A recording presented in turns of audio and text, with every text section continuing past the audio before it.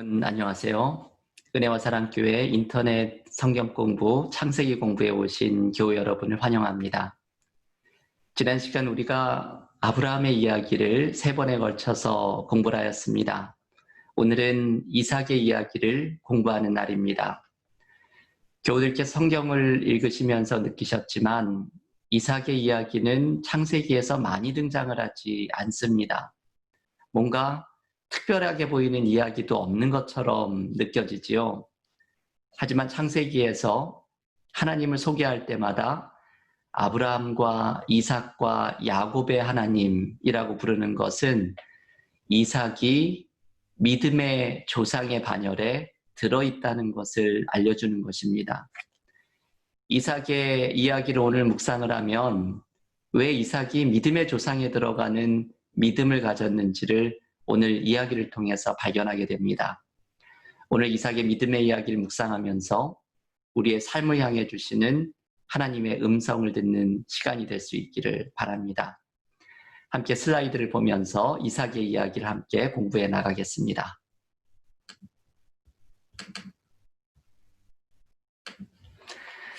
네, 오늘 이삭의 이야기는 창세기 24장부터 27장에 등장을 하고 있습니다. 오늘도 3가지의 이야기를 살펴볼 텐데요. 먼저 이삭이 신부감 리브가를 구하는 결혼의 이야기를 묵상합니다. 아브라함이 나이 100세에 얻었던 아들 이삭은 불가능한 가능성이 이루어졌던 은혜였습니다.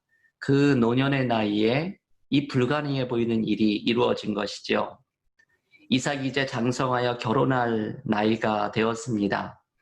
아브라함은 나이가 많은 이삭의 짝을 찾아주어야겠다고 생각을 합니다. 오늘 본문에 바로 다음 장에 아브라함의 죽음이 등장하기 때문에 아브라함이 생애 마지막으로 한 일이 이삭의 짝을 찾아준 것이었지요. 오늘 보면 창세기 24장 3절에 보면 아브라함이 나이 많은 종을 불러서 자신의 고향에 돌아가 신부감을 찾아오라고 부탁을 합니다. 그 이유는 지금 살고 있는 가나안 땅의 여인과 결혼을 하면 이방신을 섬기는 풍습을 배우게 될지도 모르기 때문입니다. 아브라함은 며느리감을 찾아서 먼 길을 떠나는 종에게 힘을 주는 말을 해주기를 원합니다. 그래서 이런 말을 전해주지요. 창세기 24장 7절 하반절입니다. 그가 그 사자를 너보다 앞서 보내실지라 내가 거기서 내 아들을 위하여 아내를 택할지니라. 아멘. 여러분, 이것이 참 은혜로운 말씀입니다. 그가, 하나님이 그 사자를 너보다 앞서 보내실지라.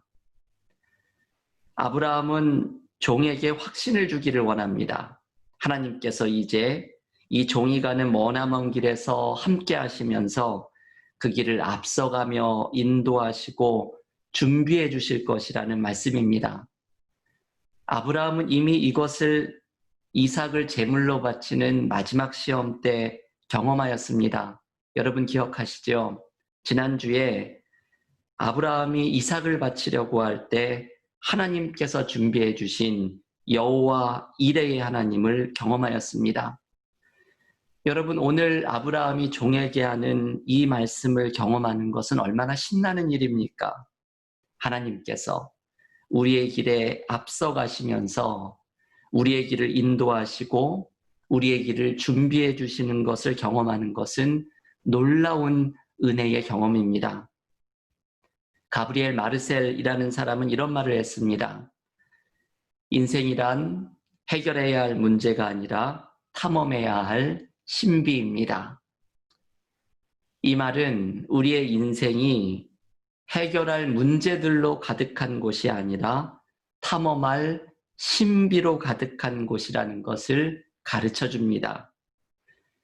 신앙인은 아침에 일어나 하루를 시작하면서 오늘은 또 그 많은 일들을 어떻게 해야 할까 걱정하는 사람들이 아니라 오늘은 또 어떤 신비가 내 삶에 놓여져 있나 기대하는 사람들입니다.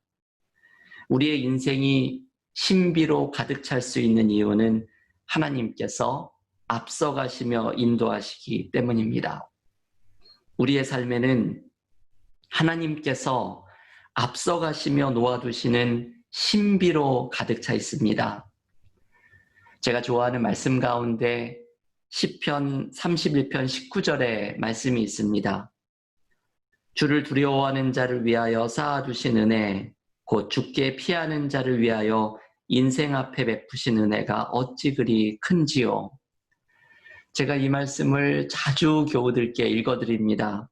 이 말씀에는 주를 두려워하는 자, 곧 하나님을 경외하는 자에게는 그 인생 앞에 하나님이 쌓아두신 은혜가 있다고 강조합니다. 신앙인의 삶이란 이런 것이죠. 앞서가시며 우리의 삶의 길에 은혜를 쌓아두시는 하나님의 손길을 발견하는 것입니다. 여러분, 우리들의 삶에는 하나님이 주시는 은혜가 놓여 있습니다. 우리의 삶에는 하나님이 앞서가시며 쌓아두시는 신비가 있습니다. 하나님께서 내 삶에 놓아두신 신비를 탐험하고 발견하는 은혜를 누리시기를 바랍니다. 아브라함의 말에 힘을 얻은 이 나이 많은 종은 이제 이삭의 신부감을 찾아 나서는 길을 떠나면서 실제로 이 말을 체험하게 됩니다. 이 종이 경험하는 우연처럼 보이는 일들 속에서 하나님께서 앞서가시며 인도하고 계심을 발견하기 때문입니다. 이 종은 주인의 고향 땅으로 돌아가는 길에서 이삭의 신부감을 찾기 위해 이런 기도를 드리지요. 여러분 본문에서 읽으셨습니다. 이 주인의 고향 땅에서 우물 곁에서 만나게 되는 여인 중에 자기에게 물을 줄 뿐만 아니라 낙타에게도 물을 주는 사람이 있으면 바로 이 여인이 이삭의 신부감으로 알겠다고 기도를 드립니다. 그리고 이 종은 실제로 아브라함의 고향에 도착했을 때 기도한 그대로 똑같은 환대를 베푸는 한 여인을 만납니다. 이 여인이 바로 리브가이지요. 게다가 나중에 밝혀지기를 이 리브가가 놀랍게도 아브라함의 동생 나홀의 손녀라는 것을 발견하게 됩니다. 여러분, 이 종의 입장에서는 이것이 얼마나 놀라운 일이었겠습니까? 우연히 한 우물에 이르렀는데 우연히 자신과 낙타에게 물을 주는 여인을 만났고 이 여인을 알아보았더니 우연히 아브라함의 동생의 손녀라는 것을 알게 됩니다. 이삭의 신부감을 찾는 이야기의 핵심은 바로 이 우연히 겹치는 것입니다. 우연히 겹치면 필연이 되지요. 이 필연을 우리는 하나님의 인도하심이라고 부릅니다. 하나님의 길에 우연은 없습니다. 아브라함의 종은 이 모든 우연 속에서 하나님의 인도하심이라는 필연을 깨닫게 됩니다. 그래서 오늘 본문 창세기 24장 27절에서 이렇게 찬양합니다. 나의 주인 아브라함의 하나님 여호와를 찬송하나이다. 나의 주인에게 주의 사랑과 성실을 그치지 아니하셨사오며 여호와께서 길에서 나를 인도하사 내 주인의 동생 집에 이르게 하셨나이다. 아브라함의 종은 우연처럼 보이는 일에서 세심하게 인도하신 하나님의 은혜의 손길을 발견하고 찬양합니다. 여러분, 이삭의 신부감을 찾는 이 이야기는 대단히 중요한 것을 우리에게 알려줍니다. 그것은 일상의 평범한 일 속에서 하나님을 경험하는 것입니다. 여기에 이름을 붙여본다면 우리는 일상의 영성이라고 부를 수 있습니다. 우리가 하나님을 만나는 장소는 산속의 깊은 수도원에 들어가서만 만나는 것이 아닙니다. 우리가 하나님을 만나는 경험은 기도 중에 경험한 신비한 체험을 통해서만도 아닙니다. 우리는 일상의 평범한 삶 속에서 하나님을 만납니다. 우연처럼 보이는 평범한 일들 속에서 하나님의 인도하심이 있음을 깨닫습니다. 아마도 일상의 영성을 잘 가르쳐주는 사람이 로렌스 형제라는 사람일 것입니다. 이분이 쓴 책이 하나님의 임재 연습, 아주 유명한 책입니다. 로렌스 형제는 1605년 프랑스의 한 마을에서 태어나서 젊은 시절에는 전쟁에 참여했다가 장애를 얻게 되었고, 나중에 일을 할 때에는 일을 잘 못해서 일터에서 얼뜨기라고 불릴 정도로 참 부족한 것이 많은 사람이었습니다. 지극히 평범했던 로렌스 형제는 50세의 나이에 수도원에 들어갑니다. 그런데 나이도 많고 부족한 것도 많았던 사람인지라 수도원에 들어가서도 주방에서 일을 하게 됩니다. 그런데 주방에서 일을 하면서 로렌스 형제는 놀라운 것을 경험합니다. 주방의 평범한 일상 속에서 하나님을 만나게 된 것입니다. 매일 기도하고 매일 연구하는 수도사들도 발견하지 못했던 하나님의 임재의 경험을 주방에서 일하면서 로렌스 형제가 발견한 것입니다. 그래서 사람들은 로렌스 형제를 이렇게 부르지요. 주방 성자라고 부릅니다. 로렌스 형제는 사람들에게 자신이 터득한 하나님의 임재를 경험하는 방법을 설명해 주었습니다. 핵심은 하나님의 임재를 느끼려는 연습을 하라는 것이죠. 하나님이 우리와 함께 하시는데 우리는 하나님을 홀로 두는 신뢰를 범합니다. 마치 나를 만나러 온 친구를 혼자 두는 것처럼 우리는 내 삶에 찾아오신 하나님을 혼자 두는 신뢰를 범합니다. 우리가 할 일은 나와 함께 하시는 하나님의 임재를 느끼며 동행하는 훈련을 하는 것입니다. 훈련 방법은 단순하지요. 이 슬라이드에 나와 있는 것처럼 나의 삶에서 하나님으로부터 멀어지게 하는 것들을 하나씩 제거하면서 하나님에 대해 많이 생각하기로 결단하는 것입니다.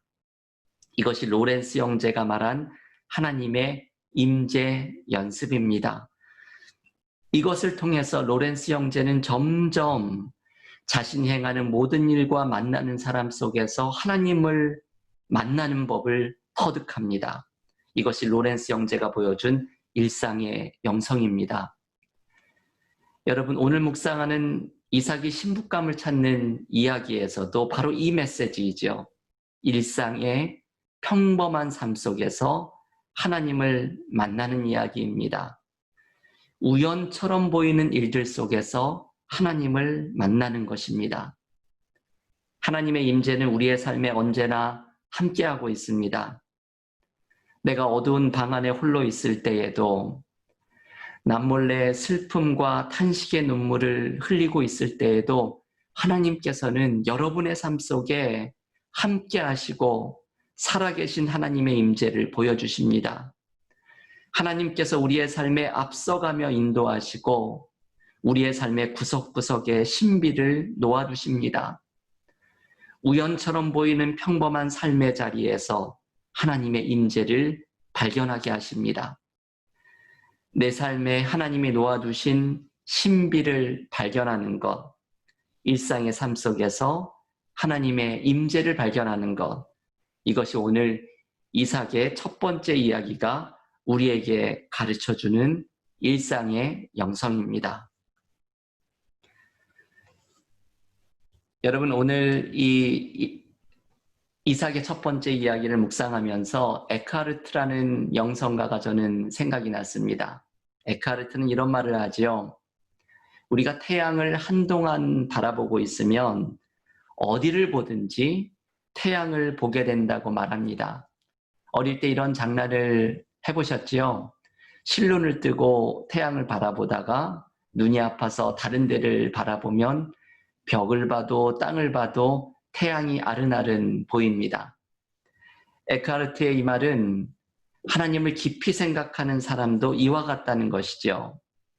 마치 태양을 본 사람이 어느 곳에서도 태양을 보게 되듯이 하나님을 깊이 생각하는 사람은 삶의 어느 곳을 보든지 하나님을 보게 될 것이라는 말씀입니다.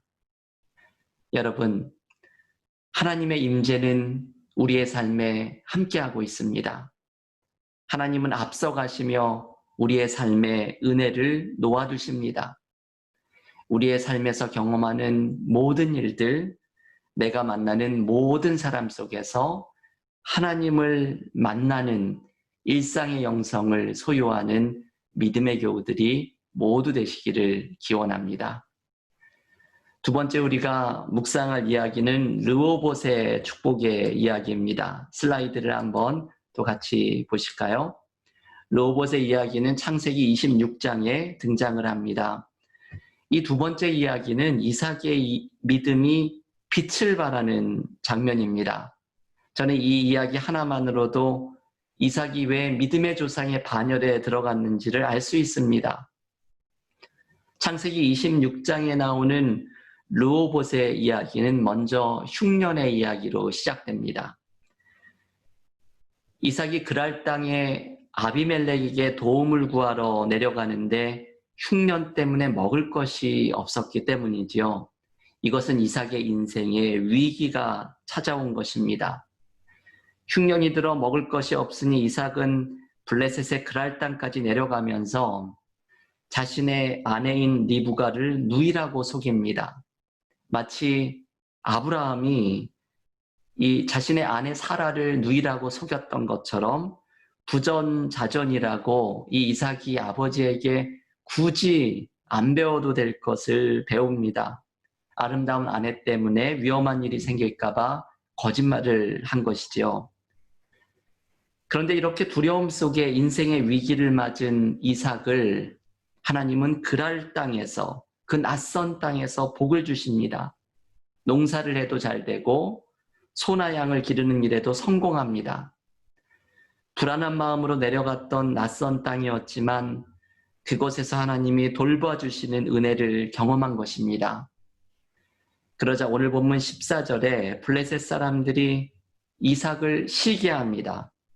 이방인이 하나 굴러들어오더니 점점 더 잘 돼가니까 이것을 두고 볼 수가 없었던 것이죠. 그래서 그랄 왕 아비멜렉이 이삭에게 그곳을 떠날 것을 요청합니다. 창세기 26장 16절의 말씀입니다. 아비멜렉이 이삭에게 이르되 내가 우리보다 크게 강성한 즉 우리를 떠나라. 유진 피터슨의 메시지 성경은 이 구절을 이렇게 번역합니다. 떠나시오. 그대는 너무 커져서 우리가 감당하지 못하겠소. 여러분, 이 말을 가만히 이삭의 상황을 묵상하면 놀라운 말이죠. 그대는 너무 커져서 우리가 감당하지 못하겠소. 이삭은 흉년 때문에 할 수 없이 그랄로 내려갔던 사람입니다. 그런 이삭에게 뭐 하나 내세울 것이 있었겠습니까? 이삭은 두려움 때문에 아내 리브가를 누이라고 거짓말까지 했던 사람입니다. 그런 보잘것없던 이삭이 너무 커져서 이제는 그랄 왕 아비멜렉이 감당하지 못할 정도가 되었다는 것이죠. 이것은 이삭이 낯선 땅 그랄에서 경험했던 하나님의 은혜가 얼마나 컸는지를 보여주는 것입니다. 하나님은 이렇게 작고 보잘것없는 사람을 다른 사람이 감당하지 못할 정도로 크게 하십니다.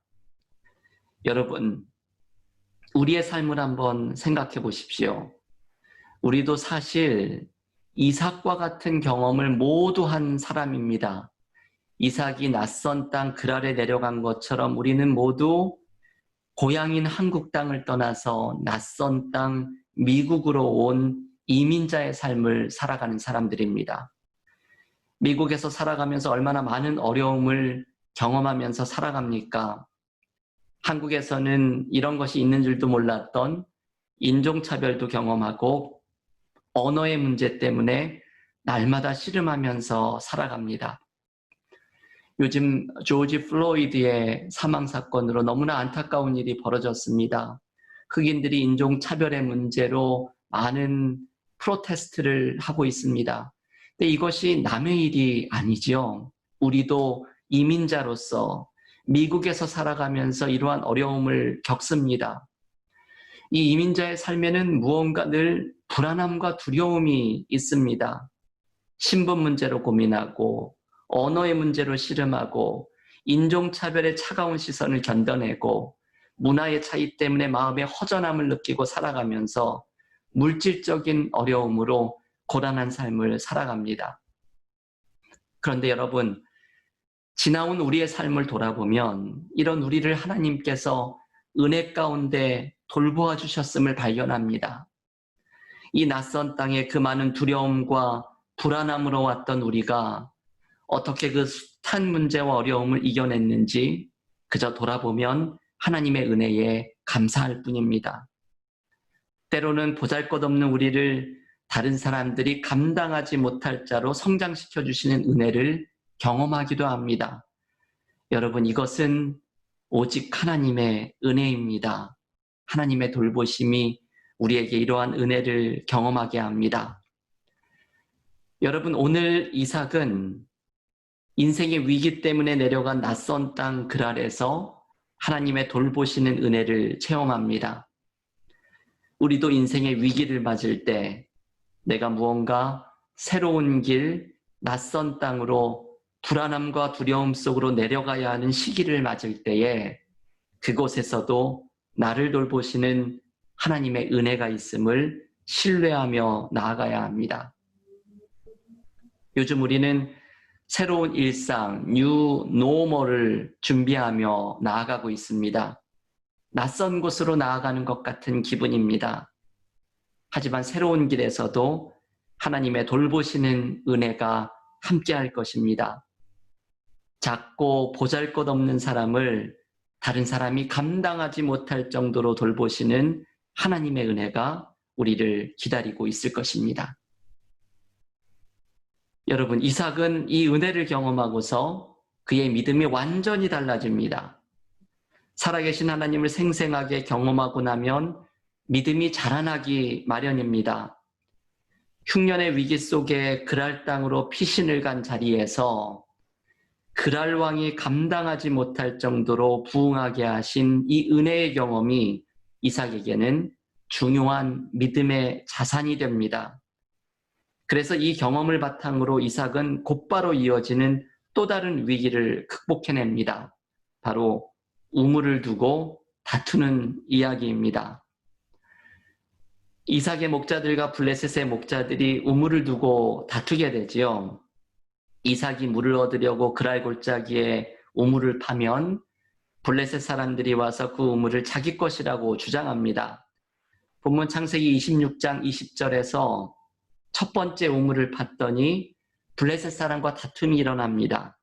그래서 이삭은 그 우물의 이름을 에셋, 다툼이라는 이름을 붙이고 그 우물을 블레셋 사람들에게 넘겨줍니다.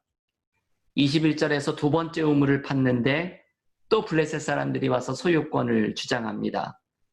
이삭은 이 우물의 이름을 신나, 대적함이라고 이름을 짓고 그 우물 또한 그들에게 양보합니다.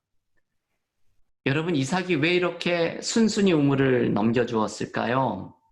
그것은 하나님의 돌보심에 대한 신뢰 때문입니다. 이미 이삭은 하나님의 돌보시는 은혜를 체험하였습니다. 보잘것없던 자신을 그랄 왕이 감당하지 못할 정도로 성장하게 하셨던 하나님의 은혜를 체험하였습니다. 그래서 이삭은 다툼이 일어나는 우물들에 그렇게 연연하지 않습니다. 이삭은 이렇게 생각한 것이죠. 그까짓 것 블레셋 사람들에게 주어버리자. 하나님은 반드시 은혜 가운데 나를 돌보실 것이다. 이삭의 이 신뢰가 다툼이 일어날 때 이것을 넘어서도록 만듭니다. 그리고 마침내 이삭이 세 번째 우물을 팝니다. 이번에는 블레셋 사람들과의 다툼이 일어나지 않아서 이것이 이삭의 우물이 됩니다. 여러분, 이게 참 3-3번의 중요성을 알려주는 것이죠. 무슨 일을 해도 3번까지는 꼭 해보아야 합니다. 이삭은 세 번째 우물을 파고서 르호봇이라는 이름을 붙이지요. 이 말씀 한번 같이 읽어볼까요? 창세기 26장 22절의 말씀입니다. 이삭이 거기서 옮겨 다른 우물을 팠더니 그들이 다투지 아니하였으므로 그 이름을 르호봇이라 하여 이르되 이제는 여호와께서 우리를 위하여 넓게 하셨으니 이 땅에서 우리가 번성하리로다 하였더라. 아멘. 이삭은 이 세 번째 우물의 이름을 르호봇이라고 짓습니다. 르호봇의 뜻은 넓음이라는 뜻입니다. 하나님께서 이삭의 장소를 넓게 하셨다는 것입니다. 그런데 여러분, 사실 이 르호봇이라는 이름은 사실에 대한 묘사라기보다는 믿음의 고백입니다. 르호봇은 절대로 넓은 우물이 아닙니다.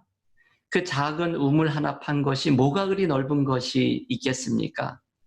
하지만 이삭은 자신이 판 우물에 대해서 하나님이 넓게 하시리라 고백합니다. 이것이 이삭이 그랄 땅에서 배운 것입니다. 흉년이라는 위기 때문에 낯선 땅에 왔던 이삭을 아비멜렉이 감당할 수 없을 정도로 부흥하게 하셨던 은혜를 경험한 이삭은 이제 무리 없는 새로운 위기의 상황에서도 작은 우물을 하나 놓고서 하나님이 넓게 하시리라 믿음의 고백을 하고 있는 것입니다. 여러분, 르호봇이라는 이름에는 이 엄청난 믿음이 담겨 있습니다.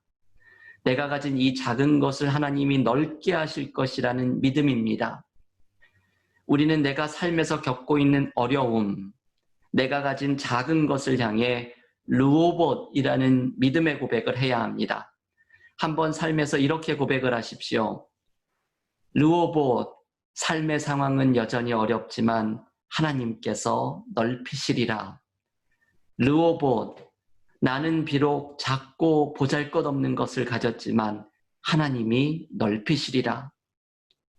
여러분, 이것이 르호봇이라는 이름에 담겨있는 이삭의 믿음입니다.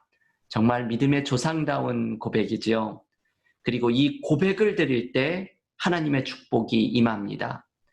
이삭이 르호봇의 고백을 드린 후에 하나님은 창세기 26장 24절에 나타나셔서 이삭을 축복하는 약속의 말씀을 주십니다. 하나님의 축복은 르호봇의 고백을 드리는 사람에게 임하는 것을 보여주는 것입니다. 교회 여러분, 오늘 이삭의 이야기에서 르호봇의 믿음을 배우십시오. 르호봇, 하나님이 넓히시리라. 내가 가진 것, 내가 가진 보잘것없는 것을 부끄럽게 여기지 마십시오. 내가 가진 작은 것을 향하여 르호봇이라고 축복해 보십시오. 하나님의 축복은 하나님의 은혜를 신뢰하며 이 르호봇의 고백을 하는 사람에게 임하게 됩니다. 내 삶의 작은 것을 향해 르호봇의 고백을 하며 하나님의 돌보시는 은혜를 경험하는 믿음의 교우들이 되시기를 간절히 기원합니다. 지금 카메라가 조금 흐려서 제 얼굴이 흐리게 나오네요. 그래도 여러분 제 목소리가 잘 들리시죠? 한번 인터넷 성경 공부의 어려움이 이런 것인 것 같습니다. 우리 계속해서 슬라이드를 보면서 우리 이삭의 이야기의 마지막을 함께 묵상하겠습니다. 마지막으로 살펴볼 이삭의 이야기는 이삭이 야곱을 축복하는 이야기이죠. 창세기 27장부터 28장 5절까지의 말씀입니다. 이삭이 야곱을 축복을 하는데 이삭의 두 아들 에서와 야곱의 이야기는 다음 주에 묵상하는 야곱의 이야기를 묵상할 때 자세하게 다시 말씀을 드리겠습니다. 창세기 27장에서 이삭은 둘째 아들 야곱을 큰아들 에서라고 생각을 해서 착각을 하고 축복을 합니다. 야곱이 속인 것이죠. 그리고 28장 1절에서 5절에서는 형 에서를 피해 도망가는 야곱에게 다시 축복하는 기도를 해줍니다. 이 축복 후에 이삭은 창세기에서 사라졌다가 그 다음 나오는 장면인 창세기 35장에서 180세의 나이에 세상을 떠나게 됩니다. 그러니까 이삭이 야곱을 축복하는 장면이 성경에 등장하는 이삭의 마지막 이야기인 셈입니다. 본문에서 이삭이 야곱을 불러서 축복의 기도를 하는 것은 사실 평범한 것은 아닙니다. 장남인 에서를 제쳐두고 차남인 야곱이 이삭의 축복을 받는 것은 이것은 보통 일어나는 일이 아니지 아주 특별한 것입니다. 이삭도 원래 야곱에게 복을 빌어주려고 했던 것은 아닙니다. 이삭은 야곱에게 속아서 복을 내렸던 것이죠. 그런데 이 과정에서 이삭이 특별한 것을 깨닫게 됩니다. 하나님의 생각과 계획은 달랐다는 것이죠. 이삭은 장남인 에서에게 복을 내리고 에서를 통해 믿음의 이야기가 이어지기를 원했지만 하나님은 차남인 야곱에게 복을 내리고 야곱을 통해 믿음의 이야기가 이어가기를 원하십니다. 그래서 야곱을 통해 나온 12아들이 이스라엘의 12지파를 이루도록 만들어 가십니다. 이것은 이삭의 생각과 계획을 넘어서는 하나님의 새로운 계획입니다. 저는 이삭의 마음을 많이 묵상해 보았습니다. 이제 죽음이 가까운 나이 많은 이삭이 인생의 경험과 지혜가 많이 쌓인 사람입니다. 그동안 한평생 하나님의 은혜를 경험하고 살아오면서 이삭은 하나님에 대해 누구보다 잘한다고 생각한 사람이었습니다. 그런 이삭에게 너무나 당연하고 너무나 상식적이라고 생각했던 일을 벗어나는 일이 찾아옵니다. 장남 에서를 대신해서 차남 야곱을 축복하도록 하나님께서 인도해 가신 일입니다. 이제는 살아가면서 별로 놀랄 일도 없다고 생각하는 나이에 이제는 자신의 경험과 지혜로 인생의 모든 것을 통제하면서 살아갈 수 있다고 생각하는 나이에 하나님은 이삭의 생각과는 전혀 다른 모습으로 일하시는 분임을 이삭에게 보여줍니다. 여러분, 이것이 이삭이 말년에 깨닫게 된 새로운 하나님의 모습이지요. 우리는 이삭과 같이 생각할 때가 얼마나 많이 있습니까? 인생의 경험과 연륜이 쌓인 분들은 이제는 인생에서 내가 놀랄 일도 별로 없고 내 생각을 벗어나는 일도 없다고 생각을 합니다. 그런데 하나님은 여전히 우리의 삶에 놀라움과 새로움을 놓아두시는 분입니다. 이삭은 인생의 마지막 순간까지 하나님의 새로움을 경험하고 하나님이 삶에 놓아두시는 놀라움을 발견하기를 초대받습니다. 자신의 생각과 계획과는 얼마나 다른 모습으로 하나님이 일하시는지 발견하고 순종하기를 초대받습니다. 어거스틴은 기독교 교부 중에 유명한 사람이죠. 고백록에서 이런 말을 합니다. 하나님을 만나고 이렇게 외친 것이죠. 그렇게도 오래되셨지만 그렇게도 새로운 아름다움이 되시는 당신을 나는 너무 늦게 사랑했습니다. 이것은 고백록에서 가장 사랑받는 문장 중에 하나입니다. 하나님은 언제나 우리에게 새로운 아름다움이 되시는 분입니다. 하나님은 오늘도 우리의 삶 속에 당신의 새로움을 드러내십니다. 하나님은 우리의 삶에 나의 생각을 넘어서는 새로운 길로 우리를 이끌어 가십니다. 신앙생활은 인생의 마지막 순간까지 하나님의 새로움을 발견하고 기뻐하며 순종하며 살아가는 것입니다.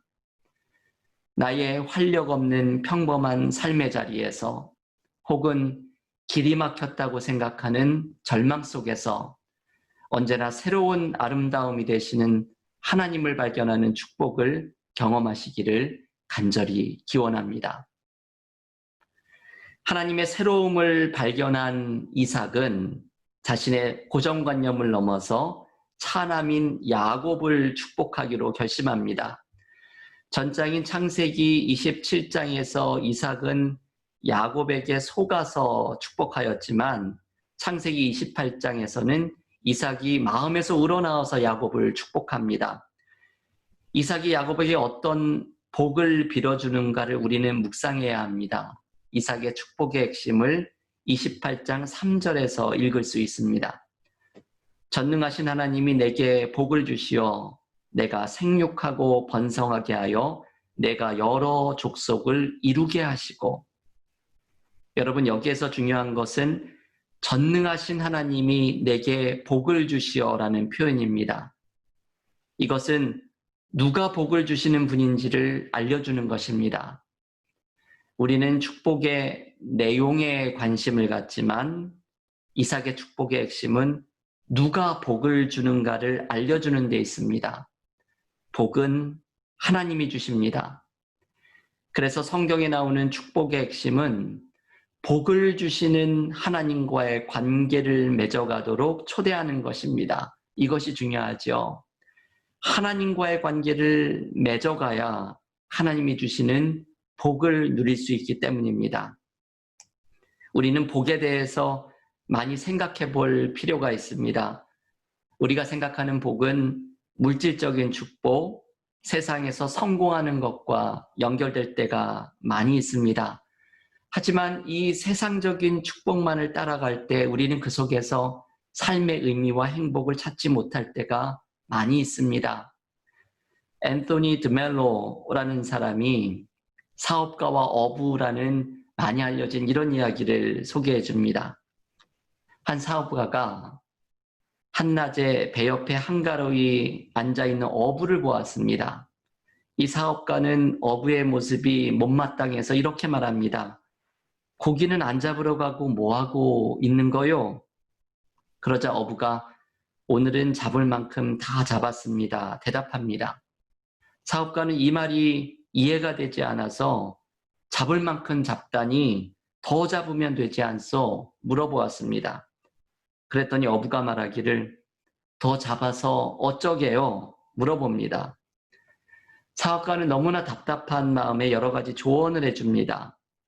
물고기를 더 잡으면 돈을 더 벌 수 있고, 돈을 더 벌면 배도 수리하고 그물도 바꾸고, 그러면 돈을 더 벌게 되고, 그러면 더 좋은 배를 사서 나중에는 나처럼 부자가 될 수 있는 거요. 이 말을 듣고 어부가 묻습니다. 그러고 나서는 어쩌지요? 사업가가 답답한 듯이 가슴을 치며 말합니다. 돈을 많이 벌어서 인생을 진짜 즐기는 거지요. 그러자 어부가 이렇게 대답합니다. 당신의 눈에는 내가 지금 무엇을 하고 있는 걸로 보이시나요? 여러분, 어부의 이 말은 자기가 지금 인생을 즐기고 있다는 것이죠. 사업가가 목표로 했던 그 인생을 어부는 지금 즐기고 있다는 것이죠. 성공을 향해서 달려만 가는 사업가가 누리고 있지 못하는 행복과 기쁨을 지금 현재 누리고 있는 사람이라고 말을 합니다. 이것이 진짜 축복을 경험하는 삶입니다. 여러분, 성경이 강조하는 복이 지금 이 이야기에 나오는 성격과 같습니다. 성경은 성공과 물질적인 축복을 강조하는 것이 아니라 바로 복을 주시는 분 하나님과의 관계를 강조합니다. 그래서 하나님과의 관계 속에 있을 때 우리는 비록 삶의 어려움과 부족함 속에서도 하나님이 주시는 평안과 기쁨을 발견하게 됩니다. 진정한 복은 복을 주시는 분인 하나님과의 관계를 맺어가는 것입니다. 여러분, 우리는 자녀들을 위해서 어떤 복을 빌어주고 있습니까? 이 이삭과 같은 복을 빌어줄 수 있기를 바랍니다. 우리 자녀들에게 좋은 대학을 가고 좋은 직장에 가는 복을 이야기하는 것이 아니라 복을 주시는 분인 하나님과의 관계를 맺어가도록 안내해야 합니다. 이것이 최고의 축복입니다. 이삭이 믿음의 조상인 것이 분명하지요. 우리도 자녀들에게 하나님을 아는 최고의 복을 전해주는 믿음의 교우들이 되시기를 바랍니다. 오늘 성경 공부를 마치면서 한 주간 묵상한 말씀은 바로 이것입니다. 오늘 이삭의 이야기에서 특별히 르호봇의 믿음을 배우실 수 있기를 바랍니다. 르호봇, 하나님이 넓히시리라. 내가 가진 작은 것, 내가 가진 보잘것없는 것을 부끄럽게 여기지 마십시오. 내가 가진 작은 것을 향하여 르호봇, 축복을 해보십시오. 하나님을 신뢰할 때에 하나님이 넓게 하시는 축복을 경험하는, 은혜를 경험하는 한 주간이 되시기를 간절히 바랍니다. 다음 주 금요일에 성경 공부를 할 때에는 우리가 야곱의 이야기를 묵상하려고 합니다. 야곱의 이야기가 중요하고 길기 때문에 두 번으로 나누어서 묵상할 텐데요. 다음 주는 창세기 28장에서 32장을 정독하면서 여기에 나오는 야곱의 이야기에서 은혜를 경험하고 묵상하고 성경 공부에 참석하시기를 바라겠습니다. 교우 여러분, 오늘 수고 많으셨습니다. 지금 마지막까지 화면이 조금 포커스가 안 맞고 있는데요. 어려운 중에서도 집중하면서 수고하신 교우 여러분들 애 많이 쓰셨습니다. 우리 다음 주 한 주간까지 은혜 가운데 거하시기를 바라고 기도로 성경 공부를 마치겠습니다. 하나님, 오늘 이삭의 이야기를 통해서 우리의 일상의 삶에 함께 하시는 하나님, 이삭의 마지막 삶에서 새로운 길을 열어가시는 하나님을 경험하며 무엇보다 르호봇의 하나님, 작은 것, 보잘것없는 것도 하나님께서 넓게 하여 주시는 하나님의 은혜를 경험했던 이삭처럼 우리의 삶의 모든 어려움 속에서 르호봇의 축복을 우리에게 주시는 하나님을 신뢰하며 나아가는 믿음의 삶이 되게 하여 주시옵소서. 이 창세기 성경 공부를 통해서 요즘 어려운 일상 속에서 창세기에서 만나는 하나님을 통해 새로운 삶, 하나님께서 열어가시는 삶을 향해 걸어나가는 힘과 지혜를 발견하는 축복을 누리게 하여 주시옵소서. 하나님의 돌보시는 은혜로 한 주간 함께하여 주실 줄을 믿사오며 예수님의 이름으로 기도하옵나이다. 아멘.